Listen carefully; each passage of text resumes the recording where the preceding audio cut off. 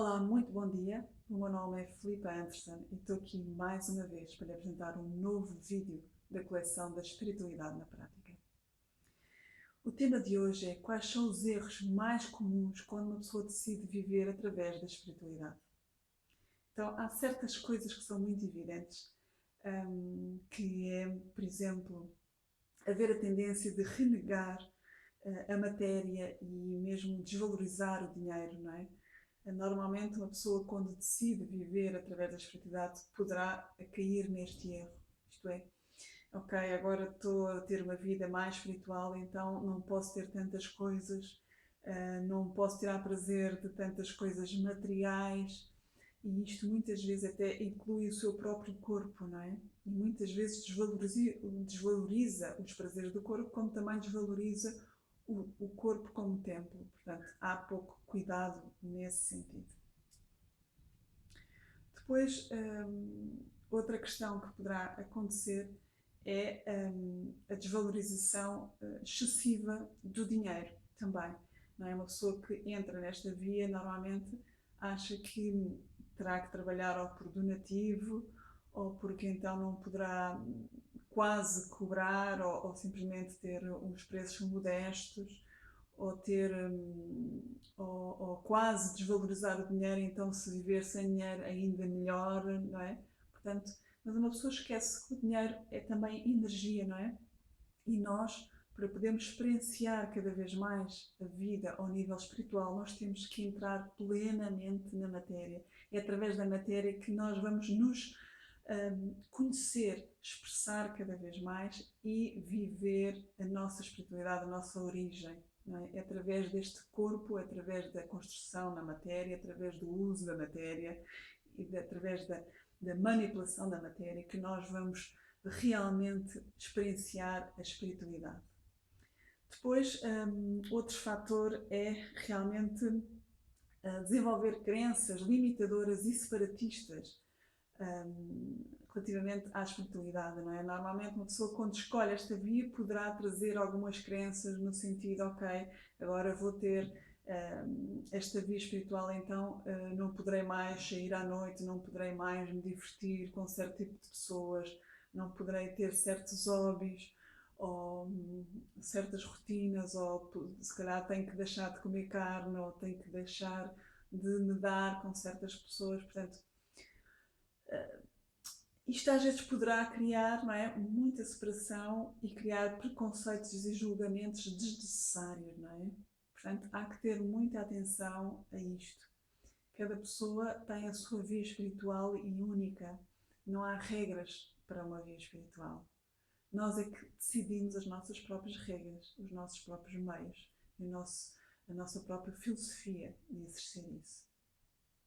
Depois, outra coisa é confundir a espiritualidade com a religião, não é?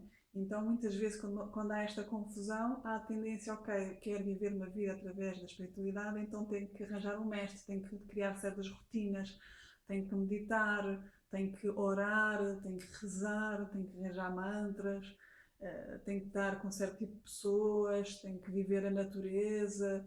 Pronto. Essas questões muitas vezes lá estão, não é? Mais condicionantes e simplesmente uma pessoa poderá usar isso simplesmente porque acha que tem que ser e não porque necessita disso.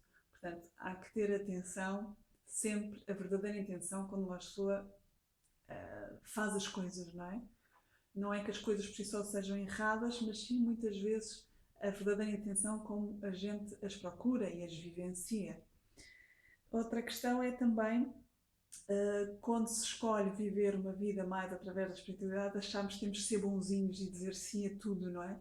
E então, como nós trazemos muitas vezes uma crença, ok, vivemos uma vida espiritual, então estamos ao serviço do outro, do mundo, tudo bem, isso está certo. No entanto, isso não tem que implicar nós temos que ser sempre bonzinhos, isto é, cedermos sempre a tudo, dizermos sempre sim a tudo, vendermos-nos, entre aspas, e renegarmos às nossas próprias necessidades e prazeres. Isso não pode ser, e isso dá uma tendência depois para virarmos mártires sem necessidade. Outra questão é nós achamos que para viver uma vida espiritual temos que nos vestir de certa forma. Isso também é outro preconceito, não é?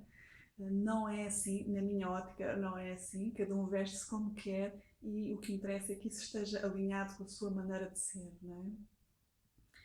Depois, outra questão é também uma pessoa ter a tendência de se perder excessivamente em workshops, em cursos, em livros, não é? Para chegar a uma vivência mais profunda espiritual, não é? E achar que está a viver uma vida espiritual porque faz isto ou aquilo. Portanto, mais uma vez, cuidado e veja qual a verdadeira intenção, porque o faz, porque isso muitas vezes poderá eventualmente criar demasiada dispersão, tirar-lhe o verdadeiro foco, não é? E simplesmente o fazer sentir-se bem porque cria um currículo mais espiritual.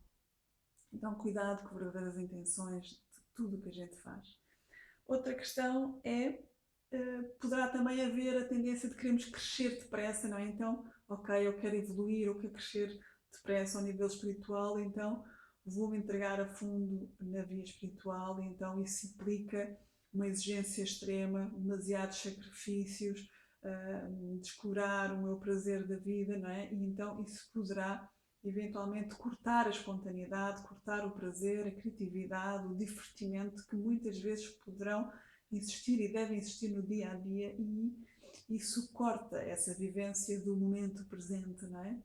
Então, cuidado de não confundir com a evolução da espiritualidade, não é?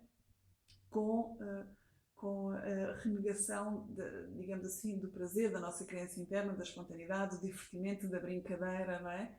Uma coisa não implica a outra. Aliás, viver cada vez mais de modo espontâneo, presente, expressivo, único e genuíno é muito espiritual.